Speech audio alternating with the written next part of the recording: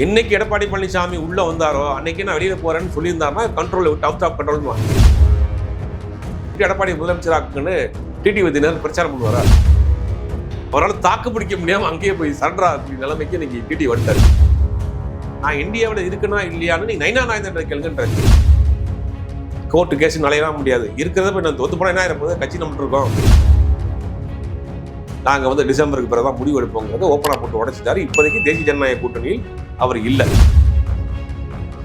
Vijay TTV OPS combination போட்டாங்கன்னா தென் மாவட்டங்களில் சில இடங்களில் வெற்றி பெறுவது கூட வாய்ப்பு இருக்கு. தேர்தல் தேதி அறிவிச்ச பிறகு ஒரு ஆட்டம் ஆடுவாங்க கட்சிகள். அந்த ஆட்டத்தை வந்து ஓபிஎஸும் டிடிவி ஆட போறாங்க. ஊடக அறத்தை கடைபிடித்து வரும் நியூஸ் ஃபோக்கஸ் தமிழ் சேனலை சப்ஸ்கிரைப் பண்ணி ஆதரவு தாருங்கள்.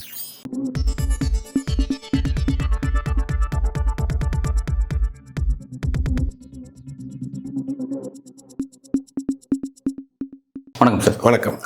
தமிழக அரசியல் களம் தேர்தல் களத்தினுடைய பரபரப்பு நாளுக்கு நாள் தொற்றி கொண்டே இருக்கிறத பார்க்க முடியுது. தற்போதைக்கு என்டிஏலேருந்து ஒரு அப்டேட் என்னன்னா வந்து டிடிவி தினகரன் அவர்கள் நான் வந்து என்டிஏல தொடர போறேன்னா இல்லையா அப்படிங்கிறத கட்சி நிர்வாகிகளை கூட்டி டிஸ்கஸ் பண்ணிட்டு டிசம்பர் அறிவிக்க போறேன் அப்படின்னு சொல்லி அவர் வந்து ஒரு புல் ஸ்டாப் வச்சிருக்காரு. அந்த அலைன்ஸுக்கு ஒரு புல் ஸ்டாப் வச்சிருக்காரு. நேற்றைய வரையும் அந்த அலைன்ஸ்ல பயணிச்சதா அவருடைய தோற்றம்லாம் இருந்தது. திடீர்னு 24 பயணித்தார்.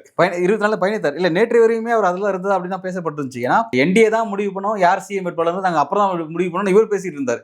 பாஜக பேசலாம் இவர் பேசிட்டு இருந்தார். திடீர்னு பார்த்தா இவரே வந்து என்டிஏக்கு வெளியில் இருக்கிற மாதிரி திடீர்னு ஒரு ஸ்டேட்மெண்ட் மாத்துறாரு. எப்படி பாக்குறீங்க? இல்லை, தேசிய ஜனநாயக கூட்டணியில் 2024 தேர்தலில் மேஜர் பார்ட்னராக இருந்தது அமமுக மட்டும்தான். அதிமுக வெளியில் போயிடுச்சு, மற்ற கட்சியில் வெளியில் போயிட்டாங்க. மற்ற சின்ன சின்ன கட்சிகள் இருந்தாங்க. மேஜர் பார்ட்னர் தான்.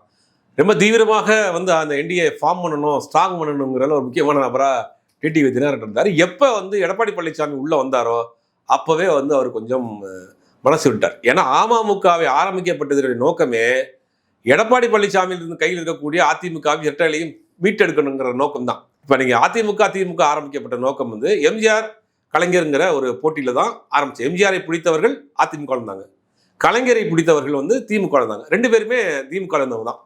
அதே மாதிரி தான் அமமுகவில் இருந்தவர்கள் டிடிவி தினகரனை பிடித்தவர்கள், அதிமுக எடப்பாடி பழனிசாமி பிடித்தவங்க. இவங்களுக்குள்ள வேற எந்த விதமான கொள்கை முரண்பாடுகள்லாம் கிடையாது. ஒரே தலைவர், ஒரே கொள்கை, எல்லாமே ஒன்று தான். அம்மா அப்படிம்பாங்க, இல்லைன்னா வந்து அண்ணாம்பாங்க. இதுதான் கொள்கை தலைவர்கள், இதுதான் கொள்கை. இவங்களுக்குள்ள முரண்பாடு என்னங்கிறது கட்சியை யார் கைப்பற்றுவது அப்படிங்கிறது தான். உள்ளுக்குள்ள இருந்துட்டு பிரச்சனை பண்ணாமல் தனியாக ஒரு இயக்கமாக ஆரம்பிக்கிறாரு. அப்போ எடப்பாடி டிடிவியை தலைமையாக ஏற்றுக்கொண்டு ஒரு குரூப் வராங்க, எடப்பாடியை தலைமையாக ஏற்றுக்கொண்டு இன்னொரு குரூப் வராங்க. இது ரெண்டு பக்கம் பிளவா இருக்கு. அப்படி இருக்க சூழ்நிலையில இவரை முதலமைச்சராக ஆக்குவதற்கு இவர் இப்படி பிரச்சாரம் பண்ணுவார், இப்படி ஓட்டு போடுவார். இப்போ அவருக்கு சில நெருக்கடிகள், இல்லை அழுத்தம். முந்திலாம் பார்த்தீங்கன்னா 2020-21 காலகட்டங்களில் பார்த்தீங்கன்னா தினந்தோறும் வந்து டிடிவி தினகரன் ரைடுங்கிறது அவர் வீட்டுக்கு சாதாரணமாக போவாங்க. உள்ள ரைடு நடந்துட்டு இருக்கு. வெளியில் மாட்டுக்கு ஒரு இது புல் கொடுத்துட்டு இருப்பாரு, மாட்டுக்கு வந்து இது பண்ணிட்டு பூஜை நடத்திட்டு இருப்பாரு. டெல்லிக்கு போவார், திருப்பி அரெஸ்ட் பண்ணிடுவாங்க. ஜெயிலுக்கு போகிறது வர்றது, கோர்ட்டு கேஸுன்னு இப்படி ஒரு பரபரப்பாக இருந்து ஒரு மேலே அவருக்கு மேலே ஒரு கட்டத்துக்கு மேலே அவரால் தாக்கு பிடிக்க முடியாமல் அங்கேயே போய் சரண்டர் ஆகக்கூடிய நிலைமைக்கு இன்னைக்கு டிடி வந்துட்டாரு. சரி, அதோட போகுதுன்னு பரவாயில்ல விட்டுருவாங்கன்னு பார்த்தா கூட கொண்டு வந்து எடப்பாடி கொண்டு ஜாயின் பண்ணுறதுனால அவரால் ஏற்றுக்கொள்ள முடியல. ஏன்னா உண்மையை சொல்ல போனால் அவரை வந்து அரசியலே பண்ண முடியாத சூழ்நிலைக்கு வந்துச்சு. எடப்பாடியை கை கூட வச்சுக்கிட்டு எடப்பாடி முதலமைச்சராக்குன்னு டிடிவி தினகரன் பிரச்சாரம் பண்ணுவாரா? இல்லை, அதான் இப்போ இந்த அலைன்ஸ் வந்து ஏப்ரல் மாதம் உருவாச்சு. ஏப்ரல் மாதம் உருவானாலும் கூட இவர் வந்து அந்த அலைன்ஸோட குரலாக தான் பேசிக்கிட்டு இருந்தார். அந்த அலைன்ஸோட ஸ்போக் பர்சன் மாதிரி தான் பேசிக்கிட்டு இருந்தார். அதாவது யார் எங்கள் அலைன்ஸோட வேட்பாளர் அப்படிங்கிறத எலெக்ஷனுக்கு பிறகு நாங்கள் வந்து டிஸ்கஸ் பண்ணிட்டு பேசுவோம் அப்படின்னு சொன்னார். பாஜக என்ன பேசுகிறோம் அதான் இவரும் சொல்லிட்டு இருந்தார். ஏன் திடீர்னு இப்போ வந்து இல்லை, அதுக்கு முக்கிய காரணம் வந்து ரெண்டு பேர். ஒன்று எடப்பாடி பழனிசாமி, ஒன்று நைனா நாயந்திரன். எடப்பாடி பழனிசாமியை என்னதான் இருந்தாலும் இந்த தமிழ்நாட்டினுடைய முன்னாள் முதலமைச்சர், எதிர்க்கட்சி தலைவர், கட்சி அவற்றிற்கு இரட்டை அவற்றிற்கு பொதுச் செயலாளர் அவராக இருக்காரு. அந்த ஃபார்மில் கையெழுத்துப்படக்கூடிய அதிகாரமாக இருக்கிறதுனால அவரை கொஞ்சம் முன்னிலைப்படுத்துது பாஜக. அது டிடிவி தினகரனுக்கு ஒரு ஒரு ஒரு மனக்கசப்பை கொடுத்துருக்கு. இந்த பக்கம் பார்த்தீங்கன்னா நைனா நாகேந்திரன் பார்த்தீங்கன்னா, நைனா நாகேந்திரன் இப்போ நீங்கள் நல்லா நோட் பண்ணணும். நீங்கள் டிடிவி தினகரன் என்ன சொல்கிறாரு அப்படின்னா, நான் இந்தியாவில் இருக்குன்னா இல்லையான்னு நீங்கள் நைனா நாகேந்திரன் கேளுங்கன்றாரு. நீங்கள் ஏன் எடப்பாடிகிட்ட கேளுங்கன்னு சொல்லக்கூடாது? ஏன் நீங்கள் பிஜேபியில் இருக்கக்கூடிய தலைவர்கிட்ட கேளுங்கன்னு சொல்லக்கூடாது? ஏன் அமித்ஷா அவர்கள்ட்ட கேட்குன்னு சொல்லக்கூடாது? இந்த தமிழ்நாட்டுடைய எல்லா முடிவுகளும் அவர் தான் எடுக்கிறார். நீங்கள் இதை போய் இவர்கிட்ட கேளுங்க, அமித்ஷாட்ட கேளுங்க, இல்லாட்டி எடப்பாடிகிட்ட கேளுங்க, நான் இருக்கிறா இல்லைன்னு சொல்லாமல் நைனா நாகேந்திரன் போய் கேளுங்கன்றாரு. நைனா நாகேந்திரன் பாஜகவுடைய தமிழ்நாட்டு தலைவராக இருந்தாலும் அவரை சுற்றி ஒரு அரசியல் இருக்கு. நைனா நாகேந்திரன் அந்த குறிப்பிட்ட சமூகத்தில் ஒரு முகமாக இருக்கணும், சிங்கிள் ஃபேஸாக இருக்குன்னு நினைக்கிறார். அதனால தான் ஓபிஎஸ் உள்ள வந்தாலும் நமக்கு அங்கே இருக்கக்கூடிய ஒரு இது முக்கியத்துவம் போயிடுற ஓபிஎஸ் உள்ள வர முடியாமல் பண்ணுறாரு. அதுக்காக தான் ஓபிஎஸ் குற்றச்சாட்டு சொல்கிறாரு. எங்களை தோக்கடிச்சதே ஓபிஎஸ்னுடைய நிர்வாகிகள் சொல்கிறாங்க. ராமநாதபுரத்தில் எங்களை ஓபிஎஸ்ங்கிற பேரில் நிப்பாட்டி வச்சது இவர் தான், நயினா நாகேந்திரன் தான், எங்களை தோக்கடிக்கிறதுக்கு முன்னாடி எல்லா வேலையும் பண்ணாரு அப்படின்னு அவங்க ஒரு குற்றச்சாட்டை வைக்கிறாங்க. வைக்கிறது யாருன்னா ஓபிஎஸ் ஆட்கள், அதிமுக நிர்வாகிகள் தான். எங்களோட இருந்தவர் தான், அவர் என்னென்ன பண்ணாரு எங்களுக்கு தெரியுன்றாங்க. இப்போ டிடிவி தினகரனும் ஓபிஎஸும் ஜாயிண்டா உள்ள வந்துட்டாங்கன்னா இவர் அந்த முகமா இருக்க முடியாது.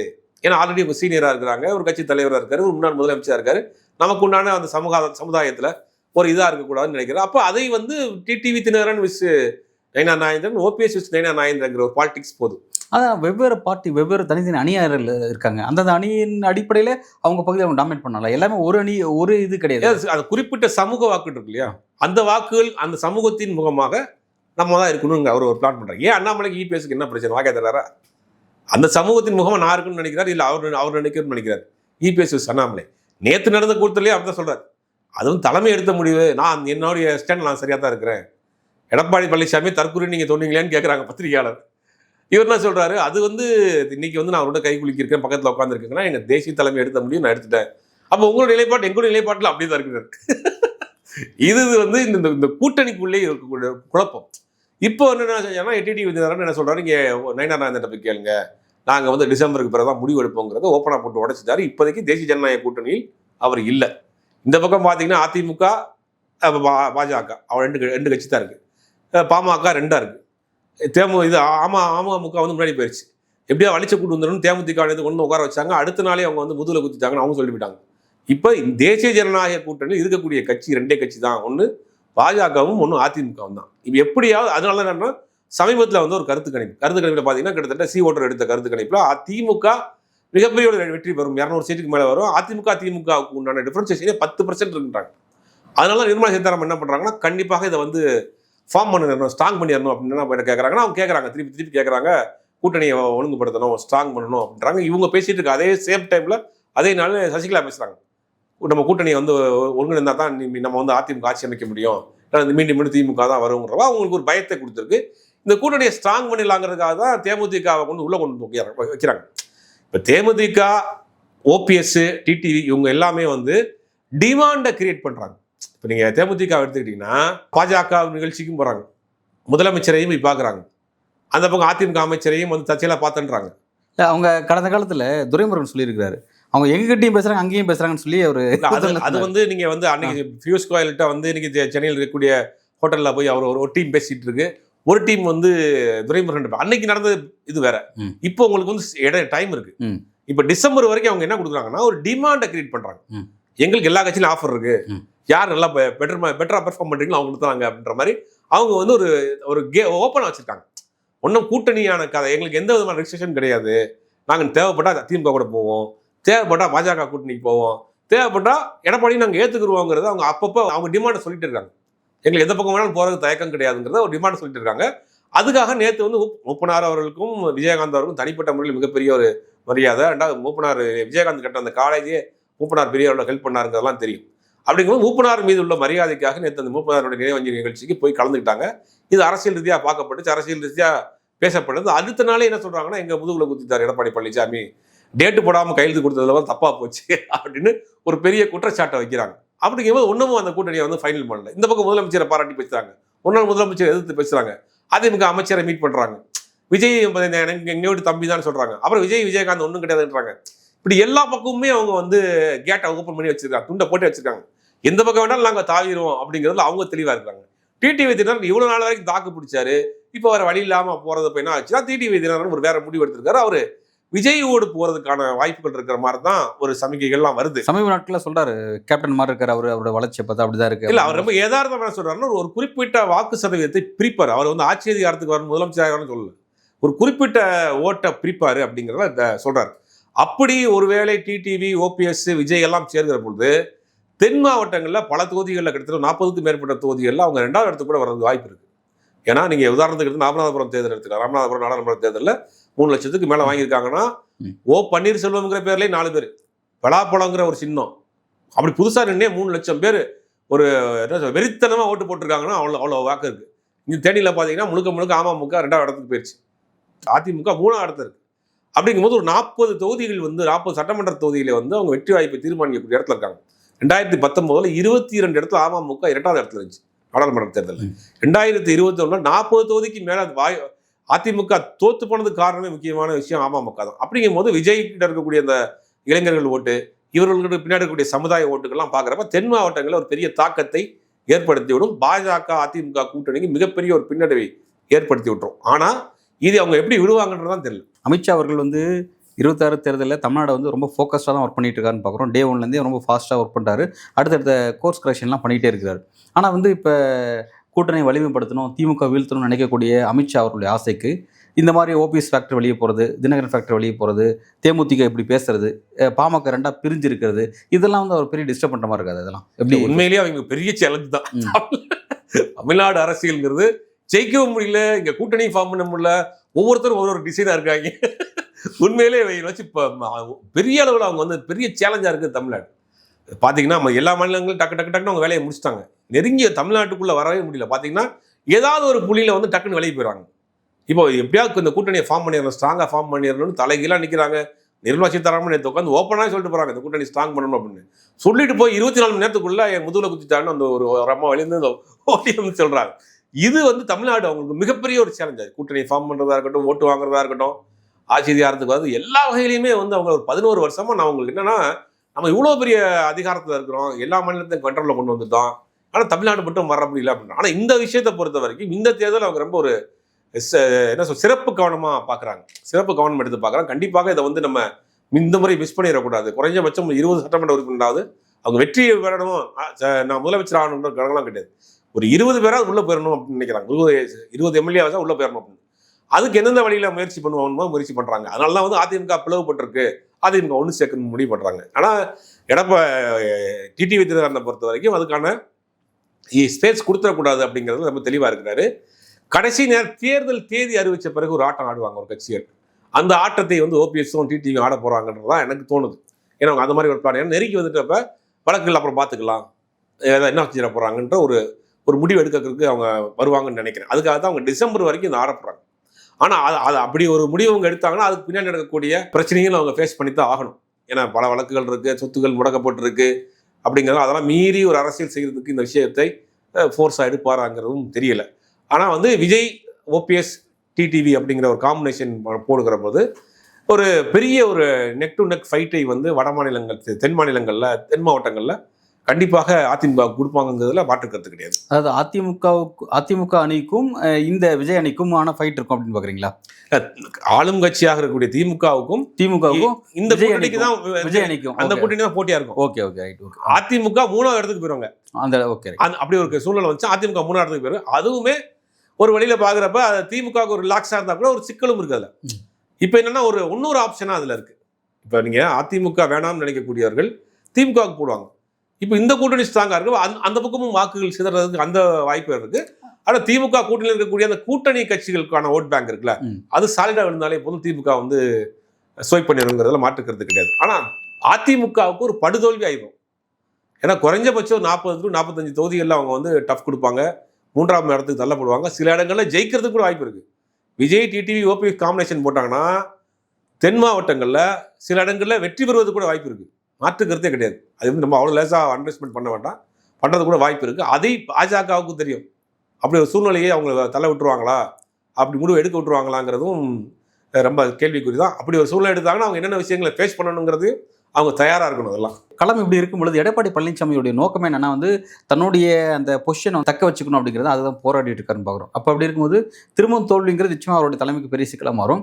அப்போ வெற்றி பெற நினைக்கக்கூடிய நபர் வந்து ஏற்கனவே திமுக அணி வலிமையாக இருக்குது, நம்மளால் அதுக்கு நிகரான ஒரு வலிமையான ஒரு அணி அமைக்க முடியாமல் அப்படி ஒரு பலவீனமாக இருக்கும். இதில் புதுசாக இன்னொரு அணி கிளம்பி வருது, அதுவும் நம்மளை போட்டு வீழ்த்த போகுது அப்படின்னும் போது 2 பிரச்சனையை ஃபேஸ் பண்ணுறது அவர் சிக்கல் தான். நிச்சயமாக அவர் டிஎம்கே கூட போக முடியாது. ஒன்று அந்த அலையன்ஸோட விஜய் அலையன்ஸோட போக முடியும். அந்த அலையன்ஸோட போகிறதுக்கான வாய்ப்புகள் எந்த அளவுக்கு இருக்குன்னு பார்க்குறீங்க? இல்லை, அவருக்கும் இதே சிக்கல் தான். ஓபிஎஸ்க்கும் டிடிவி இருக்கக்கூடிய அதே சிக்கல் தான் எடப்பாடி பழனிசாமி இருக்குது. ஆல்ரெடி டிடிவி ப்ளஸ் டிவிகேங்கிற ஒரு அலையன்ஸ் ஃபார்ம் பண்ணுறது தான் பேச்சுவார்த்தைகள் நடத்தினாங்க. அது சில சேம்சங் கண்டிஷன் ஒத்து வரல. மேலே இருக்கக்கூடிய டெல்லி தலைமைக்கு தெரிஞ்சு தான் சீக்கிரமே அவசரமாக இந்த காதலிச்சிட்டு இருக்க பையன் சீக்கிரம் திருமணம் பண்ணி வைப்பாங்க, அந்த மாதிரி தான் சீக்கிரமாக கல்யாணம் பண்ணி வச்ச மாதிரி தான் ஒரு அலையன்ஸை 1 வருஷத்துக்கு முன்னாடி அவங்க கன்ஃபார்ம் பண்ணாங்க. அப்போ அவருக்கும் அந்த ஒரு ஆப்ஷன் இருக்குது. ஆனால் அதை எடுக்கிறதுக்கு அளவுக்கு போக மாட்டார். ஏன்னா அவர் மீது உள்ள வழக்குகள் இருக்குது, சம்மந்தி வழக்குகள் இருக்குது, நிறைய சிக்கல் இருக்குது. எல்லாருக்குமே அந்த பயன்தான். நம்ம மீறி போகிறப்ப நமக்கு அங்கே ஒரு பிடிமானம் இல்லை. ஏன்னா மாநிலத்திலையும் ஒரு பிடிமானம் இல்லை, மத்தியிலேயே இன்னும் 4 வருஷத்துக்கு இந்த ஆட்சி இருக்கு, அதை பகிச்சுக்கிட்டு நம்ம இருக்கவும் முடியாது. அப்படிங்கும்போது அந்த முடிவாக கட்சி நம்மளை காப்பாற்றிட்டு கட்சியை காப்பாற்றிக்கலாம், ஆட்சி அதிகாரம் 2வது பார்த்துக்கலாம், அடுத்த எலெக்ஷனில் பார்த்துக்கலாம். இப்போ நம்மளை காப்பாற்றிக்கணும், கட்சியை காப்பாற்றிக்கணும், அந்த முடிவுக்கு தான் அவர் வருவார். பிரில்லியண்டான முடிவாக இருந்தால் அதான் பார்ப்பார். ஏன்னா நீங்கள் மத்திய அரசையும் பாய்ச்சிக்கிட்டு மாநில அரசையும் பாய்ச்சிக்கிட்டு கோர்ட்டு கேஸ் நலையலாம் முடியாது. இருக்கிறத இப்போ நான் ஒத்து போனால் என்ன ஆகிற போது, கட்சி நம்மகிட்ட இருக்கோம், எதுக்கு சில வந்துட்டு போகிறோம், நம்ம மேலே உள்ள வழக்குகள்லாம் கொஞ்சம் சேஃப்டியாக நம்ம அப்படியே சென்ட்ரல் பண்ணுற சார்ந்தே போய் வண்டி ஓட்டிட்டு போயிடலாம் அப்படிங்கிற மாதிரி ஒரு முடிவு தான் இருப்பார். அதையும் மீறி மத்திய அரசையும் எதிர்த்து மாநில அரசையும் எதிர்த்து வழக்குகளை பார்த்துக்கலாம், கேஸை பார்த்துக்கலாம், பிரச்சனையை பார்த்துக்கலாம்னு இறங்கி களத்தில் இறங்கி ஒரு ஃபைட் பண்ணக்கூடிய சூழ்நிலை அவருக்கு இல்லை. அந்த மாதிரி முடிவு எடுக்க மாட்டார்னு தான் நான் நினைக்கிறேன். இந்த அலைன்ஸ் இது இப்படி தான் போகும் நீங்கள் பார்க்குறீங்க? இந்த அலைன்ஸ் இப்படி தான் கண்டிப்பாக அதுலேருந்து வெளியேறதுக்கான வாய்ப்பே கிடையாது. டிடிவி தினகரனுமே கடைசி கட்டத்தில் உள்ள காம்ப்ரமைஸ் பண்ணி கொண்டு வரதுக்கான வாய்ப்புகள் தான் இருக்குது. ஏன்னா இது எப்படியாவது ஸ்ட்ராங் பண்ணணும்னு நினைக்கிறாங்க. அதனால தான் வந்து இன்னைக்கு தேமுதிக சுதீஷெல்லாம் கூட கூட்டு வந்து உட்கார வச்சு எப்படியா உள்ளே கொண்டு வந்து வரணும்னு பேசுகிறாங்க. இப்போ அந்த நிகழ்ச்சி நடத்துனது வந்து தமிழ் மாநில காங்கிரஸ் இருந்தால் கூட தமிழ் மாநில காங்கிரஸ் என்டிஏவை கொஞ்சம் ஸ்ட்ராங் பண்ணுறதுக்குண்டான எங்கள் தலைமையில் நாங்கள் சில வேலைகள்லாம் பண்ணுறோங்கிறதுக்காக தான் கொண்டு வர்றாங்க. ஆனால் அந்த இடத்துக்கு டிடிவியை கொண்டு வர முடியலையே, அண்ணாமலையே கொண்டு வந்துட்டாங்க, டிடிவியை கொண்டு வர முடியலையே, அது ஒரு சிக்கலாக இருக்கு. ஜான் மணின்னு வரலன்னு நினைக்கிறாங்க. அப்படிங்கும்போது அந்த ஒரு நிகழ்ச்சியை அதை ஃபார்ம் பண்ணுறதே அவங்களால முடியாமல் இருக்குது. எல்லாரும் ஒரே மேடையில் உட்கார வைக்கிறதே அவங்களால முடியாமல் இருக்குது. இது கூட்டணி சம்பந்தமான பிரச்சனைகள் எந்த அளவுக்கு போக போகுதுன்னு தெரியல. ஆனால் பாஜக ஒரு சிறப்பு ஒரு கவனத்தை வைக்கும் தமிழ்நாட்டு மேலே, இந்த அலைன்ஸ் மேலே கண்டிப்பாக உள்ளே கொண்டு வந்து ஓட்டுகளை சிதறடிக்க விட மாட்டாங்க, மிஸ் பண்ண விட மாட்டாங்க. இல்லை இந்த சிக்கல்கள் அவ்வளவும் அவங்களோட கண்ட்ரோலுக்குள்ளே இருக்கா, கண்ட்ரோல் விட்டு வெளியே போயணுமா இருக்கா? அதாவது அமித்ஷாவோட கண்ட்ரோலுக்குள்ளே இருக்கா, அது கண்ட்ரோல் விட்டு வெளியே? கண்ட்ரோலுக்குள்ளே தான் இருக்குது, கண்ட்ரோல் விட்டு வெளியில். கண்ட்ரோல் விட்டு வெளியே போனால் தான் ஓப்பனாக பேசியிருப்பாங்க. டிசம்பரில் பாருங்க, ஜனவரியில் பாருங்கன்னு ஜோசி சொல்லிக்கிட்டே இருக்காங்களே, யாரும் ஓப்பனாக பேச மாட்டேங்க. இல்லைங்கிறத என்னைக்கு எடப்பாடி பழனிசாமி உள்ளே வந்தாரோ அன்னைக்கு நான் வெளியில் போகிறேன்னு சொல்லியிருந்தாருன்னா கண்ட்ரோலை விட்டு அவுட் ஆஃப் கண்ட்ரோல் தான். ஏற்றுக்கிட்டு உள்ளே இருக்காருன்னா கண்ட்ரோலில் தான் இருக்காருன்னு. ஆனால் பாஜக பொறுத்த வரைக்கும் அமமுக வேணுமா அதிமுக வேணும், அதிமுக தான் வேணும். ஏன்னா அமமுக வந்து பெரிய வாக்கு. அமமுக அதிமுக அப்படின்றத பார்க்குறப்ப அமமுக ஒரு சின்ன கட்சியாக இருந்தாலும் சின்ன பெர்சன்டேஜாக இருந்தாலும் கூட ஒரு குறிப்பிட்ட பகுதிகளில் அவங்க அந்த வாக்கு தேவைப்படுது, அது ஓட்டை பிரித்து விட்றாங்களா. பட் அதிமுக கம்பேர் பண்ணும்போது அதிமுக தான் இல்லை, நீங்கள் அந்த வாக்கும் தேவைங்கிறாங்க அவங்க, அதையும் அவளை இக்னோர் பண்ணிட வேண்டாம். அது ஒரு பெர்சன்டேஜ் இருக்குது, அது நமக்கு தேவை. யார் உள்ளே வராங்களோ வாங்கணும், எப்படி இருந்தாலும் ஸ்ட்ராங் பண்ணணும்னு தான் பார்க்குறாங்க. ஏற்கனவே 2021 தேர்தல் நடந்த ரிசல்ட் அப்படி தான் பார்க்குறாங்க, 24 ரிசல்ட் அப்படி தான் பார்க்குறாங்க. சின்ன சின்ன டிஃபரன்ஷியேஷன் தான் 2021 தோத்தாங்க பல தொகுதிகளில். அந்த மாதிரி எல்லாம் வந்துடக்கூடாது, யாரையும் மிஸ் பண்ணிடக்கூடாதுங்கிறத பார்க்குறாங்க. அந்த கூட்டணியை ஸ்ட்ராங் பண்ணுறதுக்கு எல்லாரையும் உள்ளே கொண்டு வரணும் தான் பார்ப்பாங்க. Right, okay. இப்போ இந்த என்டிஏ இருக்குல்ல, இப்போ இந்த 2 அணி இருக்குது, அதாவது 2 கட்சி இருக்கக்கூடிய பாஜக அதிமுக இருக்கக்கூடிய இந்த என்டிஏக்குள்ளே எடப்பாடி பழனிசாமியோட கை ஆரம்பத்தில் வந்து அமித்ஷாவோட கை ஓங்கி இருந்துச்சு, எடப்பாடி கொஞ்சம் டவுனாக தான் இருந்தார். இப்போ அவரோட கை ஓங்கிருச்சு, எடப்பாடி பழனிசாமி கை ஓங்கிருச்சு, நீங்கள் பார்க்குறீங்களா? கை ஓங்கிருச்சாங்கிறதான் கிடையாது, கைக்குள்ளே இருக்கிறார், கைக்குள்ளே இருக்கார். ரைட், மாற்றில்ல. ஆனால் வந்து இப்போ ஏற்கனவே வந்து பார்த்தீங்கன்னா வந்து யார் சிஎம் வேட்பாளர்னா அதை நாங்கள் லேட்டராக முடிவு பண்ணணும்னு சொல்கிறதா இருக்கட்டும், கூட்டணி ஆட்சின்னு சொன்னதாக இருக்கட்டும், அதெல்லாம் இப்போ பாஜக பேசாமல் இருக்காங்க. இருக்கு, சின்னம் இருக்கு, இவர் வேட்பாளருக்கு உள்ள தேர்ந்தெடுக்கக்கூடிய அந்த ஃபார்மில் கையெழுத்து போடக்கூடிய அதிகாரம் இருக்கு. அப்படிங்கும்போது அது வரைக்கும் இவரை கொஞ்சம் மேட்ச் பண்ணி தான் கொண்டு போகிறாங்க. இவ்வளோ நாள் வரையும் அது அவர்கிட்ட தான் இருந்துச்சு. அப்போ இல்லை, கூட்டணிக்கு வந்த பிறகு சொல்கிறேன். இல்லை, கூட்டணி வந்து கிட்டத்தட்ட 3 மாதம் ஆச்சு. 3 மாசமா இந்த கூட்டணியை பலவீனப்படுத்த வேண்டிய வேலையை அமித்ஷா தான் பார்த்துக்கிட்டு இருந்தார். அவங்க யாரும் இல்லை, அவருக்கு இந்த கள அரசியல், தமிழ்நாடு அரசியல் வந்து பாஜக முன்னெடுத்து நீங்கள் ஓட்டு கேட்க முடியாது, அதிமுக முன்னெடுத்து தான் ஓட்டு கேட்கணும், அதிமுக காமிச்சு தான் இங்கே ஓட்டு வாங்கணும் அப்படிங்கிறத கொஞ்சம் லேட்டாக அவங்க புரிஞ்சிருக்காங்கன்னு நினைக்கிறேன். இப்போ தான் வந்து நம்ம வந்து கூட்டணி ஆட்சி இல்லை, எடப்பாடி பழனிசாமி தான் ஆட்சின்னு அவங்க வாயில சொல்லக்கூடிய அளவுக்கு நீங்கள் வந்துருக்குறாங்க. அப்படிங்கும் போது அதிமுகவை காமிச்சு நம்ம வெற்றி பெறணும் அப்படிங்கிறத அந்த கள யதார்த்தத்துக்கு இப்போ தான் வந்திருக்காங்க, கிரவுண்டுக்கு இப்போ தான் வந்திருக்கிறாங்க. இது வரைக்கும் நம்ம வட மாநிலங்கள் மாதிரி நம்ம செல்வாக்கூட இருக்கிறோம், நமக்கு 30% 20% இருக்குங்கிற அந்த ஒரு கால்குலேஷன் இருந்திருக்காங்க. இப்போ யதார்த்தத்தை நோக்கி அவங்க எடப்பாடி பழனிசாமி ரெட்டலை காமிச்சு, எம்ஜிஆரை காமிச்சு, விஜயகாந்தை காமிச்சு ஓட்டு வாங்கணுங்கிற ஒரு முடிவுக்கு இப்போ தான் அவங்க இறங்கி வந்துருக்காங்க. இப்போ நீங்கள் இப்போ சொல்லக்கூடிய விஷயத்தில் பார்க்கும்போது ஃபோர்க்கான ஃபைட் ஆல்ரெடி தெரிஞ்ச விஷயம். டிஎம்கே அணி ஒன்று, என்டிஏ இடைங்க தலைமையில் ஒரு அணி ஒன்று, விஜய் தலைமையில் ஒரு அணி ஒன்று, இன்னொன்று சீமான் தலைமையில் ஒரு அணி. இந்த நான் ஃபோர்க்கான ஃபைட்டில் யாருக்கு களம் சாதகமாக இருக்குன்னு பார்க்குறேன்? திமுக தான், வேற வாய்ப்பே இல்லையே. திமுகங்கிற அந்த கட்சிக்கான ஒரு ஓட்டு. ரெண்டாவது பிரிஞ்சு நிற்கிறப்ப யார் வெற்றி பெற போகிறாங்க அப்படிங்கிற ஒரு மனநிலையில் ஓட்டு போடுவாங்க, அந்த ஓட்டும் இவங்களுக்கு வந்து விழுவும் திமுக. இப்போ விஜய் கூட வந்து ஓபிஎஸ் தினகரன் போன்ற ஃபேக்டர்லாம் போயிட்டு விஜயோட கரங்களை வலிமைப்படுத்தும் பொழுது அது திமுக வெற்றியை பாதிக்காதா? இல்லை, ஒரு சில பகுதிகளில் கொஞ்சம் இருக்கும். தென் மாவட்டங்களில் ஒரு சில பகுதிகளில் அவங்க சொன்னாங்க ஆல்ரெடி 2வது பிளேஸ் வருவாங்க, சில இடங்களில் ஜெயிக்கிறது கூட வாய்ப்பு இருக்குது. ஒட்டுமொத்தமாக தமிழ்நாடுன்னு பார்க்குறப்ப திமுக கூட்டணிக்கு தானே வரும் உங்களுக்கு. அதிமுக 3வது இடத்துக்குள்ள போகுது, இரட்டலிங்கிற ஒரு சின்ன 3வது இடத்துக்கு போயிடும். அப்போ இவங்க எப்படி இருந்தாலும் சுயேட்சை சின்னம் தான் வாங்க. சின்னமும் இங்கே ஒரு பெரிய மேஜராக வந்து இங்கே வேலை செய்யும். உதயசூரியனாக இருக்கட்டும், அருவாள் சுத்தி நட்சத்திரமாக இருக்கட்டும், கை சின்னமாக இருக்கட்டும், சின்னம்ங்கிறது ஒரு பெரிய எக்ஸ்ட்ரா பிளேஸ். இவங்க வாங்கினா புது சின்னம் தான் வாங்க. ஓபிஎஸ் வந்தாங்கன்னா புது சின்னம் தான் வாங்கி ஆகணும், இல்லை அமமுகவானாலும் ஒரு தனி சின்னம் தான் வாங்கி ஆகணும். இப்படிங்கிற போது சின்னம் அங்கே ஒரு பெரிய ஃபேக்டராக கிரியேட் பண்ணும். ஒரு சில இடங்கள்ல அவங்க ஒரு பெரிய தாக்கத்தை, ஒரு பாதிப்பை ஏற்படுத்துவாங்கிறதுல ஒரு மாற்று கருத்தே கிடையாது. அடுத்த கட்ட அரசியல் எதை நோக்கிங்கிறது பொறுத்து வந்து பார்க்கலாம். நன்றி.